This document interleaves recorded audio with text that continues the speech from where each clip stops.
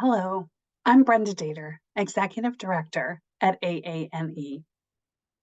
We all have things we need to do each day and a finite amount of time and energy to do them.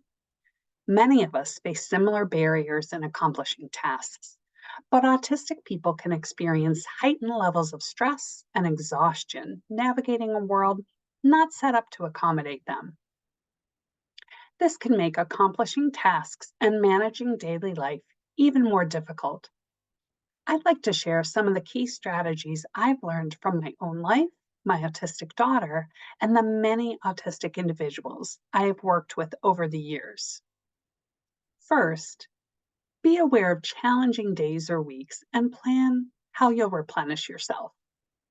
When we have a challenging day or week, recognize that for a period of time, we may have to do more than we'd like or tackle tasks that deplete our energy.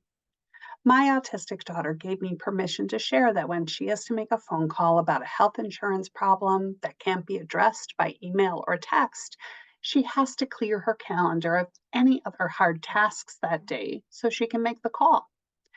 She explained to me that phone calls make her so anxious. She feels like it takes all her energy, and she often has to take a nap right afterwards.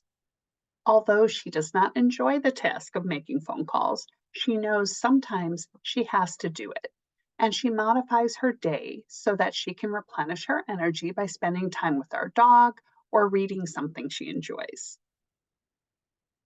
Next, pay attention to perfectionistic tendencies and give permission to be quote unquote good enough. Wanting to do our best and seeing ourselves fall short of that ideal can be extremely disheartening. And yet, most things we need to do in a day don't have to be, nor will they be, perfect. As a recovering perfectionist myself, I remember the intense anxiety I would feel when I couldn't express myself as clearly and concisely in speaking or writing as I imagined in my head. I would often spend hours working on a presentation or project for minimal improvement. I've heard stories from so many autistic students sharing similar sentiments. Wanting everything we do to be of the highest quality makes sense, but it comes at a tremendous cost. Instead of holding ourselves to impossibly high standards, it is important to evaluate what tasks need our absolute best and which can be good enough. For me, helping my daughter apply for state services requires my best, but sending out holiday cards can be done in January or February, or some years not at all. Also, be realistic about what can be accomplished in a day. I often think that I can accomplish so much more in a day than is possible for me. I usually underestimate how long it will take to finish a task. And I know many autistic individuals share this experience. They talk about starting and stopping multiple tasks during the day and then feeling upset with themselves when they don't finish any of them. If it's hard to determine how long tasks will take, gathering data to help better estimate how much time is needed can help. Setting a timer on a phone while working will give important information for next time and provide better understanding of tasks like how long it takes to clean up after a meal or fold and put away laundry. And also consider why certain tasks cause stress to determine the most helpful approach. For example, is a task particularly difficult because you don't know how to do it? My daughter was very stressed about managing her day if the rest of the family was away because she didn't know how to cook for herself. She was interested in learning how to prepare meals and found cookbooks that contained recipes she wanted to make. Now she's feeling much more capable of cooking because she's regularly practicing and improving her skills.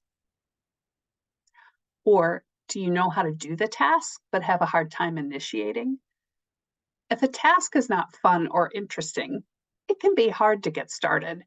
Consider pairing the undesirable task, like doing dishes, with something enjoyable, like watching a YouTube video or listening to a podcast. This can make unenjoyable tasks more tolerable.